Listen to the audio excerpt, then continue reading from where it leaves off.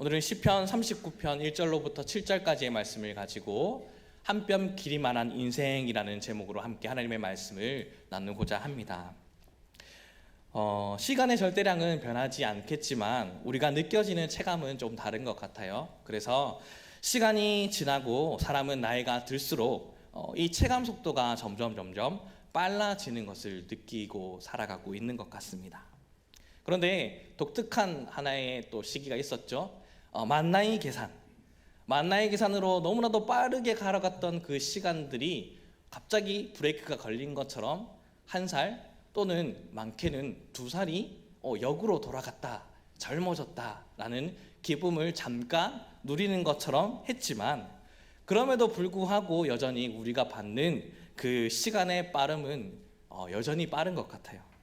달력도 벌써 2장밖에 남지 않은 11월입니다. 세월의 신속함을 새삼 느끼며 삶을 살아가죠. 옛날이나 지금이나 그래서 그런지 사람에게는 꿈이 하나가 있는 것 같아요. 만나의 계산에도 내가 1살이 더 어려졌느냐 2살이 더 어려졌느냐, 특히 앞자리가 바뀐 사람들은 더 예민하겠죠. 내가 40이냐 30이냐, 내가 50이냐 40이냐, 내가 60이냐 50이냐 라고 따지면서, 그래서 그런지 사람들은 저마다 꿈꿉니다. 조금 더 오래, 조금 더 젊게 삶을 바라고 그렇게 살기를 원하는, 100세 시대를 노래하며 인생을 즐기자라고 세상 가운데 그 노랫소리가 울려 퍼진 게 엊그제 같은데 옛날 일처럼 생각되어지게 되고, 이제는 100세를 넘어서를 생각하는 세상을 바라보고 있죠.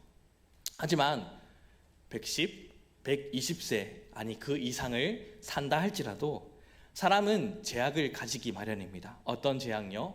결국에는 한정된 시간 안에 우리는 인생을 살아가게 되고 그 끝은 죽음이라는 거죠. 오늘 본문은 다윗의 기도의 내용입니다.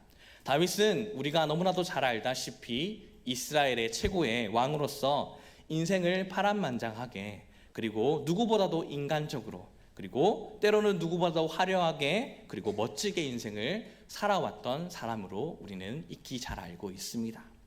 그러나 그 다윗이 그 인생을 돌아보니까 자기가 살아온 날이 손 한 뼘만한 길이만한 정도였다라고 그렇게 고백하고 있죠.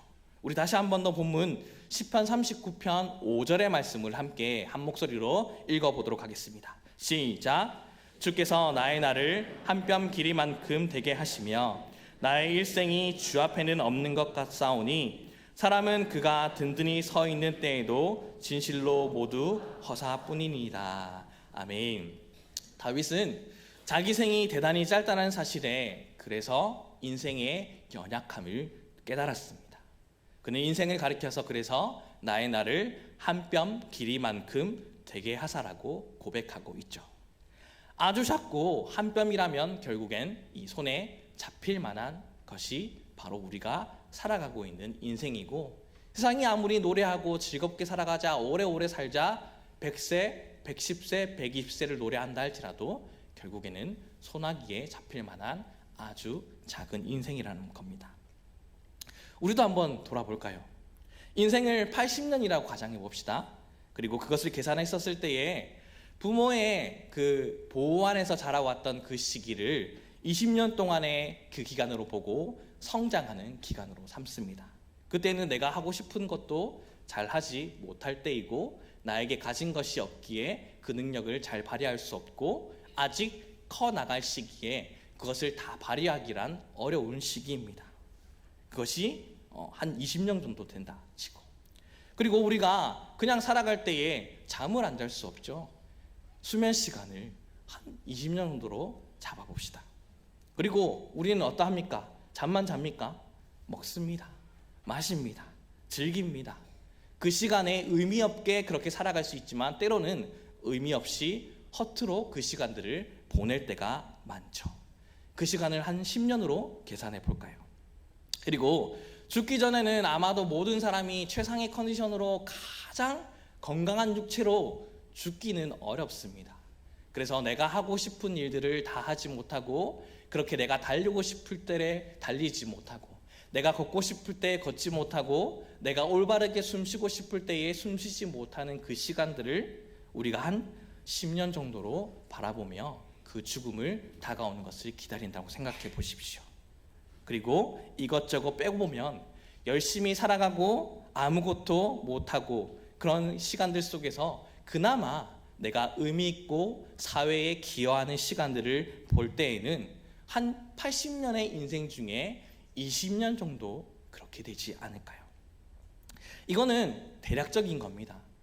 대략적으로 생각했을 때 것이지만 곰곰이 생각해보면 그만큼 우리는 이 세상을 살아가는 순간 열심히 살아가지만 제대로 무언가를 해볼 만한 그 시간들이 많이 없다라는 생각이 이내 들 수 있습니다. 그리고 그 시간들 속에 오늘 이 시간 예배하는 일주일에 단 한 번의 그 주일을 생각해 보십시오. 그리고 그 일주일에 하루입니까? 아니요.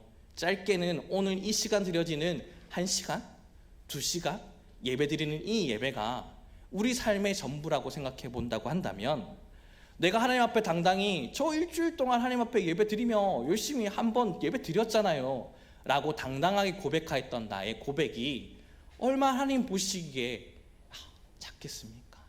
그런데 감사하는 것은 그 짧은 손바닥만한 그 인생의 길이지만 그 짧은 일주일에 1시간, 2시간의 그 짧은 시간이지만 정성을 다하여 고백하고 하나님을 찾는 그 마음, 그 어린 마음, 약한 마음을 하나님께서는 가장 기쁘게 받아주신다는 겁니다. 그러니 오늘도 우리가 함께 드리는 이 예배가 얼마나 의미가 있습니까? 얼마나 소중합니까? 그러니 하나님께 집중하고 이 짧은 시간 하나님을 온전하게 바라보며 우리가 후회 없는 오늘의 이 예배가 될 수 있기를 간절히 바랍니다. 이런 글 하나를 읽어본 적이 있습니다. 나이 들어 가장 후회하는 30가지. 많죠? 그런데 아마 써보면 더 많을 수도 있을 것 같아요. 그런데 이 30가지를 다 읽기에는 너무 많은 것 같아 몇 가지 정도만 한번 나눠보려고 합니다. 어떤 것을 후회하냐고 한다면 기회가 왔을 때 여행하지 않았던 것.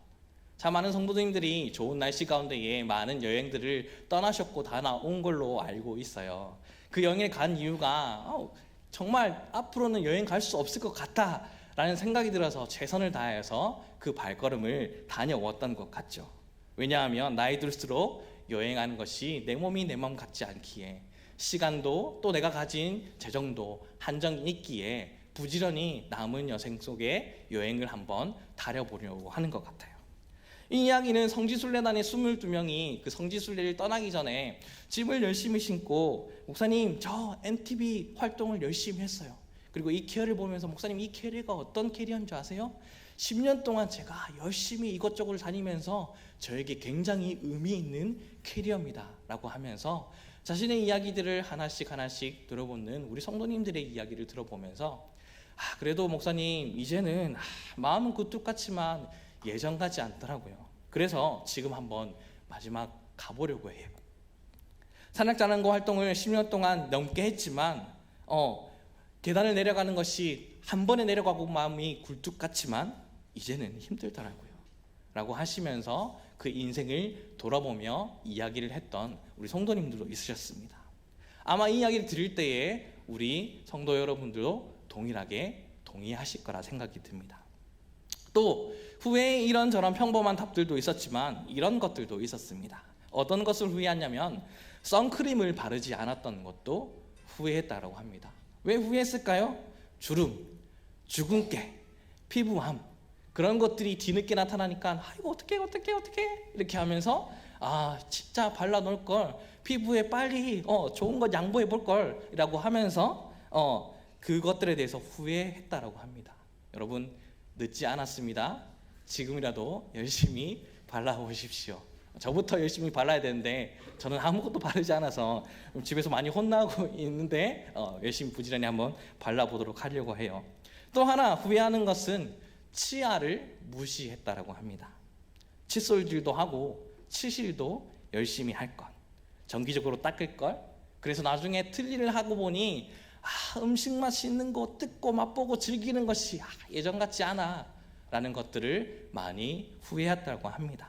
그래서 저희도 우리 아이들에게만큼은 그러지 말자라고 하면서 매 자기 전에 칫솔과 그리고 치실을 가지고 첫째 이리 와, 둘째 이리 와, 셋째 이리 와 이렇게 하면서 끝까지 하고 가서 헹궈와 이렇게 하면서 하루 잠자기 전에 꼭 패턴을 하는 것이 칫솔과 치실의 질입니다.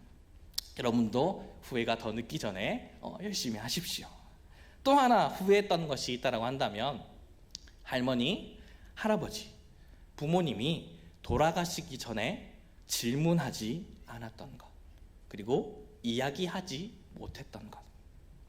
놀라운 지혜를 가진 분들에게 그 지혜를 듣지 못하고 내가 부모님에게 꼭 묻고 싶었던 것, 할머니, 할아버지에게 삶을 살아왔던 것들을 물어보면서 내가 오늘도 힘들어하고 있던 것들을 어떻게 이렇게 버티셨어요? 라고 하면서 한탄하고 위로를 받고 싶을 텐데 할머니, 할아버지, 우리 부모님이 이 자리에 없어서 너무 후회가 됐던 것들이 있다라고 합니다. 그런데 우리는 그 후회를 그래도 감사하게 교회 아래 한 가정을 허락하신 아버지 하나님께서 너무나도 기쁘게 섬길 수 있고 물어볼 수 있는 자리가 있죠. 어디입니까? 소망교구. 소망교구에 가보시면 몸소 지금 이 자리에도 여전히 이 자리를 지키면서 예배하며 나아가는 것이 삶의 지혜입니다. 이분들이 왜 이 자리 이 시간까지 하나님을 예배합니까? 무엇이 있기에 우리는 즐거워하기 위해서 떠나고 즐거워하기 위해서 돈을 쓰고 즐거워하기 위해서 이것도 하고 저것도 하지만 이분들은 끝까지 이 삶의 자리까지 어찌 그리 예배합니까? 이분들 가운데 어떤 지혜가 있기에 끝까지 자리에 나와 하나님을 예배하고 매주일마다 금요일 모이기에 힘쓰며 즐겁게 예배하고 식사 공동체로 나누며 함께 그 사랑을 나누려고 노력하십니까? 지혜는 가까이에 있습니다. 그리고 그 지혜를 찾아 함께 섬겨주십시오. 그리고 그 지혜를 따라 섬겨주시며 나아갈 때에 우리가 그 지혜를 섬겨나가는 그 경험으로 말미암아 그냥 내가 나이 들어 지혜가 생기는 것이 아닌 그 경험과 주시는 그 마음으로 내가 그 자락에 갔었을 때에 지혜가 생긴다는 사실을 잊지 않아 우리가 그 지혜를 찾아 섬겨나가는 우리의 모습이 있기를 바랍니다. 또 후회하는 것이 아이들과 충분히 놀아주지 못했던 것들을 후회했다라고 합니다. 나이가 들면 내가 좀 여유가 생기면 아이들과 열심히 놀아줄 수 있겠지라고 생각했지만 아이들은 어릴 때에 아빠, 엄마 같이 놀아요, 이거예요, 저거예요 하고 마음을 언제까지 열어주는 것처럼 보일지 모르지만 그때에는 나의 방에 오기를 원하시지만 조금 점점 나이가 지나면 오히려 그 방에서 부모님이 나가주길 원한다는 사실을. 그 이유는 부모님과 사이가 멀어진 것도 있겠지만 그 멀어짐이 자신이 혼자서 홀로 서기를 해야 될 때이기에 자신의 방에서 나가주기를 원하는 그 마음이 있다라는 겁니다. 그러니 그 순간 그 시기가 오기 전 우리는 있는 자리 그 시간들 속에서 최선을 다하여 아이들을 사랑하고 함께하는 시간을 보내는 것이 우리 가운데 반드시 필요하겠죠. 또 마지막으로 함께 나눌 것은 얼마나 당신이 아름다운지를 모른다라는 사실. 여러분, 지금 이 순간이 가장 아름답습니다. 우리 서로를 이렇게 축복해 볼까요? 지금 당신이 가장 아름답습니다. 아멘. 지금 이 순간이 가장 아름답습니다. 근데 나는 모르죠. 민망하죠. 저 아니에요. 아닙니다. 지금이 가장 아름답습니다. 왜요? 그 무엇보다도 살아가고 있는 이 순간이 그 생명이 있다는 것도 놀랍지만 그 생명이 바르게 하나님을 알아서 삶의 지혜대로 하나님을 예배하고 있다는 사실이 얼마나 아름답습니까? 그러니 오늘도 우리는 이 아름다움을 늘 기억해야 하면 됩니다. 잘했다. 하나님을 예배하는 것이 나 스스로도 칭찬하며 또 함께하는 서로를 칭찬하며 우리가 후회하지 않는 오늘의 하루를 보낼 수 있기를 소망합니다. 그런데 그럼에도 불구하고 이런저런 이야기를 들어보면 말하지 않았던 것들 중에 후회가 막심하게 밀려오기도 하죠. 사람들이 이런저런 후회를 하지만 정말 후회해야 할 것이 무엇인지를 모르고 살아가는 것 같습니다. 우리가 정말 두려워해야 할 것이 있다는 사실이죠. 아무도 안 본다고 은밀한 죄에 빠져 삶을 살아갔던 것. 왜냐하면 그렇게 살다가 심판하신 하나님을 우리가 지금 만나게 된다면 얼마나 놀랍겠습니까? 모세의 시편에 보면 정신이 바짝 듭니다. 시편 90편 9절부터 10절까지의 말씀을 보면 이렇죠.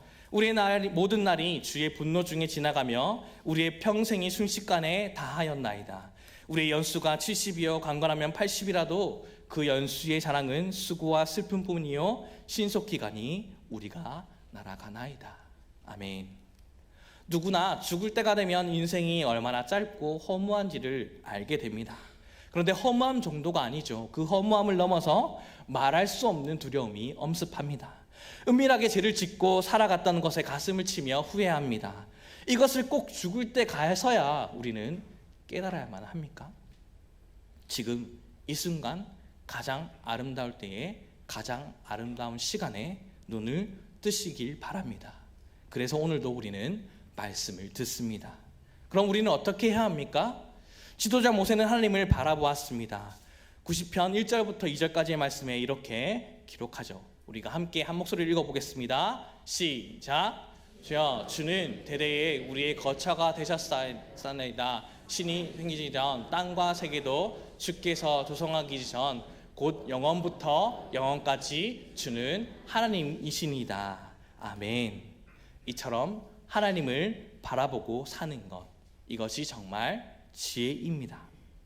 그럼 우리는 어떻게 남은 세월을 지혜롭게 살 수 있겠습니까? 이제 무언가 새로 시작하기가 너무 늦었다고 생각하지 마십시오. 얼마나 우리가 더 남았느냐가 중요하지 않고 오늘도 우리가 얼마나 남았든 어떻게 사느냐가 가장 중요합니다. 오늘 다윗은 자기 인생에 있어서 가장 중요한 깨달음 하나를 이렇게 고백하며 기도하고 있습니다. 시편 39편 4절의 말씀을 보면 여호와여 나의 종말과 연한이 언제까지인지 알게 하사 내가 나의 연약함을 알게 하소서라고 하나님 앞에 기도하고 묻고 있습니다. 그 기도와 묻는 것은 자신의 끝의 때를 묻고 있는 것이죠. 내가 언제쯤 죽을지 물어봅니다. 하나님, 앞으로 내게 남은 세월이 얼마만큼 되겠습니까? 사람들은 죽음을 이야기하면 자신과는 아직 관계가 없는 것처럼 생각합니다. 근데 그 생각을 깨고 이슈가 되는 프로그램 중에 하나가 한블리라고 하는 것, 그 프로그램 아시죠? 각양각색의 자동차 사고들을 블랙박스를 통하여 살펴보면서 패널들은 문제를 맞추고 또 맞추는 동안에 우리는 법규에 대한 지식을 쌓으면서 우리는 운전면허 시험을 딸 당시에만 열심히, 또 들어가기 전에 딱 하루만, 들어가기 전에 시험 문제 한번 보고 그거 통과하면 돼 라고 하면서 쳤던 그 벽구의 그 문제들을 얕은 지식을 쌓으면서 실제 아직 우리 가운데 일어나지 않았던 일들이지만 어떻게 내가 운전자이자 동시에 보행자로 살아가면서 고통복구 아래 함께 안전하고 건강하게 혹시 모를 상황을 대비해오는 프로그램으로 즐겨 시청하고 있죠. 각 개인이 겪었던 상황도 있었겠지만 그런 프로그램을 보게 된다면 참 죽는 순간이 순식간이구나, 한순간이구나 라는 찰나의 순간들을 느껴지게 됩니다. 그 짧은 30초, 1분 사이에서 누가 그 죽음을 준비했습니까? 아무도 준비 못합니다. 사고를 겪은 당사자들도 있겠지만 거기에 만약에 내가 조금만 앞서 달렸더라면 이라고 생각이 들 정도의 아찔한 순간들을 충분히 우리는 보게 되는 것이죠. 그러니 얼마나 죽음이라는 것이 순식간에 우리 코앞에 무섭게 다가오고 있습니까? 우리는 자기 생각과 계획에 맞춰 갖가지 일들을 추진하지만 한 가지 중요한 사실을 늘 잊고 살아갑니다. 이미 죽음의 운명을 안고 사는 것이 바로 우리 사람, 우리 인간이라는 사실을. 히브리서 9장 27절의 말씀에 보면 이렇게 기록되어 있습니다. 한 번 죽는 것은 사람에게 정해진 것이요 그 후에는 심판이 있다. 죽음은 죄의 결과로 나타납니다. 그러므로 인생의 허구와 죽음의 문제를 해결하면 이 죄의 문제를 반드시 해결해야 합니다. 죄는 우리에게 죽음을 안겨 주었기 때문이죠. 그리고 성경은 그 죽음에 대해 분명하게 말하고 있습니다. 삶에서 육신이 죽고 또 영이 죽고 끝으로 심판 이후에 영원한 죽음이 있습니다. 앞서 이야기한 대로 우리의 삶에서 죽음이 한 번으로만 죽지 않고 그 죽음에 대해서 조금 나뉘어서 생각해 볼 수 있는 것이죠. 다시 한 번 더 생각해 볼 수 있는 시간을 가져봤으면 좋겠습니다. 여기에 실제 나뭇가지를 꺾기가 어려워서 살아있는 것을 꺾기가 어려우니까 가져오진 않았지만 나뭇잎이 붙어있는 나뭇가지 하나가 있다라고 생각해 보십시오. 그리고 질문합니다. 이 나뭇가지에 붙은 나뭇잎은 살아 있습니까? 죽어 있습니까? 한편으로는 살았다라는 대답을 할 수 있고 한편으로는 죽었다라고도 대답할 수 있을 겁니다. 단순하게 살았다, 죽었다 이 두 가지만 놓고 한번 이야기를 한번 해보았다고 생각했었을 때에 왜 살았어요? 라고 물으면 아직 이 나뭇잎이 피 파랗잖아요 라고 답을 하시겠죠. 또 왜 죽었어요? 라고 묻는다고 한다면 가지가 이미 꺾여져 나왔잖아요. 이것을 삶과 죽음으로 비유하고 우리의 죽음의 인생의 모습들을 한번 담아볼까요? 나뭇잎이 아무리 푸른색을 띠고 있다 할지라도 이미 나무로부터 꺾인 가지에 달린 잎으로 줄기로부터 꺾어져 나온 것이기에 이제는 죽은 것입니다. 왜냐하면 더 이상 파릇함을 유지할 수 있는 조건이 없기 때문이죠. 우리의 인생도 마찬가지입니다. 죄로 인해 하나님으로부터 우리는 끊어져 버렸습니다. 그래서 인생을 살면서 하나님의 존재라는 것을 깨닫지 못하고 찾을 수 없는 존재입니다. 왜요? 이미 죄와 허물로부터 우리는 죽은 인생이 있기 때문이죠. 생명의 원천이신 하나님으로부터 우리는 끊어져 있기 때문에 어느 누구라도 할지라도 하나님 앞에 우리는 죽은 자들입니다. 이것이 곧 영적인 죽음이 되겠죠. 나뭇가지나 나뭇잎은 한동안 푸르게 살아 있습니다. 마찬가지로 영적으로 죽은 사람도 이 세상을 살아가는 동안 육신에 입은 우리는 얼마든지 살아있는 것처럼 살아갈 수 있습니다. 그래서 사람들은 생각하기를 이 세상에 태어나서 살아가는 70년, 80년, 많게는 100세 정도의 기간 정도를 사는 것으로 여기고 그것이 이 생명이 전부인 것조차 착각하며 삶을 살아가고 있는 것이죠. 그러나 하나님이 보실 때에는 그 끊어진 나뭇가지나 나뭇잎과 같은 상태가 바로 우리입니다. 나뭇가지와 잎은 시간이 지나면 저절로 말라지게 되겠죠. 잠깐 살다 죽는 인생, 그것을 일컬어 육신의 죽음이라고 한다면 나뭇가지나 잎이 마르게 된다면 그냥 땅에 떨어져 흩날려 썩어 없어지거나 주워서 불에 집어 던져 없어지게 될 뿐입니다. 그것이 우리의 육체입니다. 이와 마찬가지로 사람이 주님이 살다가 없이 죽으면 하나님께서 죄의 대가로 심판하시고 그것을 영원한 죽음이라 말할 수 있겠죠. 우리는 길다면 길고 또 오늘의 시인의 고백과 같이 짧다면 짧은 인생을 살아가고 있을 터인데 분명 우리에게 있을 이 죽음에 대해 어떤 준비를 하고 오늘도 삶을 살아가고 계십니까? 예수님이 십자가에 못 박혀 돌아가실 때에 아버지여 나의 영혼을 주의 손에 부탁하니이다 라고 말씀하셨습니다. 순교했던 스데반도 죽으면서 주 예수여 내 영혼을 받으시옵소서 라고 그 죽음을 담대하게 준비하였습니다.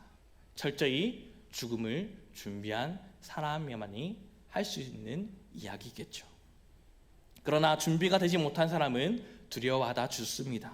지금도 여전히 가진 것은 많고 즐길 것은 많지만 다가오는 죽음이 언제 나에게 올지에 대한 것을 해결받지 못했기에 그저 마음의 평안을 찾자라고 하면서 사람은 누구나 죽어 라고 말로만 위안받고 평안을 얻으며 그 생각을 다 비우십시오 라고 하는 세상의 이야기 소리에 속아서 그 삶의 문제를 해결받지 못한 채 삶을 살아가고 있습니다. 그런데 우리는 이 죄의 문제를 반드시 해결해야 합니다. 그리고 이 문제를 해결하실 분은 오직 예수 그리스도 한 분뿐임을 믿습니다. 예수님께서는 우리의 죄 때문에 십자가를 지셨고 우리 죄를 그 십자가의 피로 완전히 해결하신 분이십니다. 모든 죄인을 죽음에서부터 해방시켜 자유케 하셨습니다. 그러므로 우리가 두려워하고 아무도 해결하지 못할 죽음의 문제를 완전히 해결시켜 주시는 분이십니다. 그러니 우리가 알고 있는 요한복음 11장 25절부터 26절 말씀에 이렇게 기록하고 있죠. 나는 부활이요 생명이니 나를 믿는 자는 죽어도 살겠고 무릇 살아서 나를 믿는 자는 영원히 죽지 아니하리니 이것을 내가 믿느냐. 이 말씀 앞에 믿고 십자가를 바라보는 사람은 죽음의 공포에서 해방될 줄로 믿습니다. 이미 평생 얻을 준비를 하고 있기 때문입니다. 오늘도 그 구원의 하나님을 오늘도 우리는 온전히 바라보며 믿음으로 예배하며 나아가십니까? 예수를 믿는다는 우리도 연약하여 하나님이 살아계시지 않는 것처럼 구원의 은혜를 잊고 세상의 어려움 앞에 주저하고 나아갈 때가 참 많은데 하나님을 알지 못하는 사람은 어떨까요? 사람들은 생각합니다. 다른 사람들은 그렇게 잘만 구원받는 것 같은데 나는 아닌 것 같아. 구원자 예수님이 있다고 치자. 그런데 어떻게 내가 만나? 그냥 이대로 살다가 죽고 말지. 너무 먼 이야기처럼 이야기합니다. 눈에 보이는 자신을 괴롭히는 문제들로 말미암아 인해 그것을 찾기를, 하나님을 찾기를 포기하고 맙니다. 그러나 우리 하나님은 우리와 만나 주셨던 하나님을 너무나도 잘 알기에 하나님은 결코 멀리 계시지 않습니다. 손만 뻗으면 만질 수 있는 그곳, 우리 주님 예수 그리스도가 계십니다. 살아가면서 오늘도 내가 외로이 사는 것처럼 보이지만 나의 혼자가 아니죠. 나의 등 뒤에서 늘 응원하시고 밀어주시는 우리 주님이 나와 함께 가십니다. 그리고 이곳에 살아 역사하십니다. 우리는 그것을 믿기에 오늘도 이 시간 예배합니다. 하나님은 그렇게 사람들에게 다 하나님을 찾는 마음을 부어주셨습니다. 한 이야기를 이와 관련된 이야기를 들려드릴까 합니다. 어떤 금광이 하나 있었다고 합니다. 어떤 사람이 캐다가 금이 안 나와서 포기하고 가버렸다고 하죠. 그런데 그 다음 사람이 그 금광을 인수해서 파기 시작했다고 합니다. 앞에 강구가 버린 괭이가 바로 놓여 있었고 그 괭이를 놓여서 내가 인수했으니까 또 열심히 파보아야지 라고 하면서 팠다고 하죠. 그런데 그 인수한 사람이 딱 1m를 파고 들어갔는데 깜짝 놀랐다고 합니다. 왜냐하면 그때 금이 나오기 시작했기 때문이죠. 1m만 더 팠으면 그 전 사람이 금을 발견할 텐데 포기하고 말았다는 사실, 그리고 얼마 되지 않아 내가 그 금을 발견했다는 사실. 이처럼 우리의 삶도 마찬가지고 그 삶을 살다가 지금 돌고 돌아 하나님을 만날 수도 있습니다. 1m 바로 앞에 주님이 계셔서 손만 뻗었으면, 주님이라고 찾기만 했으면 우린 하나님을 만나기를 보다 일찍 만날 수 있었을 텐데, 말씀 앞에 다시 영적으로 깨어 하나님을 신뢰하며 충분히 믿음으로 살아갈 수 있었을 텐데, 돌이켜보면 그렇게 하나님께서 나에게 가까이 계셨는데 그때 왜 몰랐을까? 그 순간처럼 우리 하나님은 아주 가까이 계시고 우리를 늘 응원하시는 분이십니다. 우리를 돕기 위하여 오늘도 기다리고 계시죠. 사도행전 16장 31절 말씀처럼 주 예수를 믿으라, 그리하면 너와 내 집이 구원을 받으리라는 것처럼 손을 뻗어 하나님을 만났고 손을 붙잡으신 예수님으로 말미암아 죽음의 문제를 극복할 수 있었던 내가 그 이름으로 오늘도 이 시간 예배할 수 있기에 우리는 말씀을 붙잡고 늘 주님의 구원의 은혜에 감사하며 오늘도 살아가야만 합니다. 그렇게 살아갈 수 있고 또 그렇게 살아가야 하는 것은 믿음은 하나님께서 주셨기 때문입니다. 에베소서 2장 2절 8절 말씀 가운데에 너희는 그 은혜에 의하여 믿음으로 말미암아 구원을 받았나니 이것은 너희에게서 난 것이 아니라 하나님의 선물이라라고 분명하게 말씀으로 기록하십니다. 하나님은 우리의 마음을 조금씩 열어주시고 믿도록 허락해 주신 것입니다. 그러니 구원을 받았던 것, 구원을 얻었던 이 믿음은 내가 얻었던 것이 아니라 하나님께서 주신 선물입니다. 지금도 이 말씀을 들을 때에 우리에게 돕고 계시죠. 여러분들이 이 말씀을 믿을 수 있도록, 이 말씀이 나의 말씀으로 들릴 수 있도록 그 마음을 열심히 돕고 계시는 분이 바로 성령 하나님이십니다. 그래서 예수님을 믿는 그 이야기를 만나보면 참 이상해요. 제가 어떻게 해서 하나님을 만났는지 모르겠어요. 사랑하는 우리 소년부 친구들과 좀 있으면 또 만날 텐데, 우리 소년부 친구들도 계속 늘상 얘기하는 것이 예수 그리스도가 누구냐, 구원자이시다. 근데 우리 빼고 성진이의 구원자 되신다. 그 고백 너에게 있어야 된다. 그리고 그 고백을 가장 먼저 할 수 있는 분이 누구시냐? 바로 성령 하나님이시다. 그리고 우리 일상 가운데 그 성령 하나님이 도와주셔서 오늘도 남은 인생 도와주시고 그 삶을 살아가게 인도하여 주신다. 매 예배마다 가르치고 얘기합니다.